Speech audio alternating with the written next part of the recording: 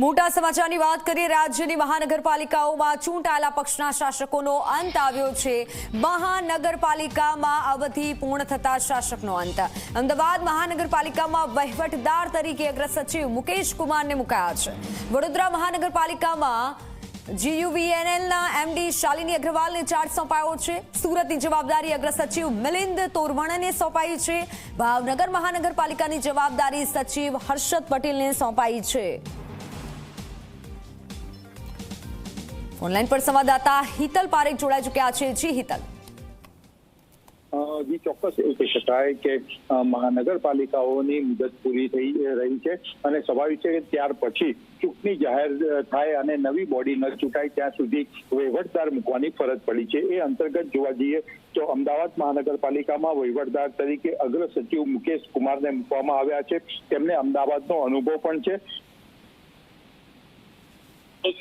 મહાનગરપાલિકામાં શાલિની અગ્રવાલ અને સુરતમાં મિલિંદ તોરવણને મુકાયા છે અને ભાવનગરમાં હર્ષદ પટેલને મૂકવામાં આવ્યા છે। આ જ રીતે રાજકોટ અને જામનગરમાં પણ વહીવટદાર મૂકવામાં આવશે। એ સિવાય અન્ય જે જગ્યાએ પણ ચૂંટણીઓ યોજાવાની છે અને તેની મુદત પૂરી થઈ ગયા પછીની હશે તો ત્યાં પણ વહીવટદાર મૂકવામાં આવશે। એ પ્રકારનો નવો ઓર્ડર પણ ફરતી સરકાર દ્વારા કરવામાં આવશે। જી હિતલ, આભાર માહિતી બદલ।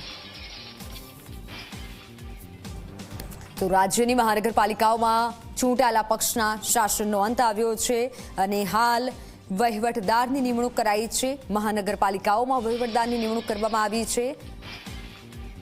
વડોદરા મનપામાં શાલિની અગ્રવાલને ચાર્જ સોંપાયો છે। મહાનગરપાલિકાની જવાબદારી સચિવ હર્ષદ પટેલને સોંપાઈ છે। સુરતની જવાબદારી અગ્ર સચિવ મિલિંદ તોરવણેને સોંપાઈ છે। ભાવનગર મહાનગરપાલિકાની જવાબદારી સચિવ હર્ષદને સોંપાઈ છે। વડોદરા મનપામાં શાલિની અગ્રવાલને ચાર્જ સોંપાયો છે તો હાલ વહીવટદાર શાસન કરશે અને સુરતની જવાબદારી અગ્ર સચિવ મિલિંદ તોરવણેને સોંપાઈ છે।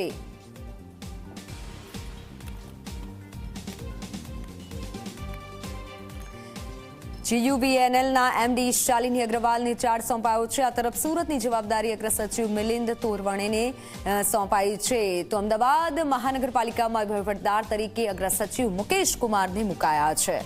મહાનગરપાલિકામાં અવધિ પૂર્ણ થતા શાસનનો અંત આવ્યો છે અને હવે ચૂંટાયેલા પક્ષના શાસનનો જે અંત આવ્યો છે જેથી નવા નામ જાહેર થયા છે।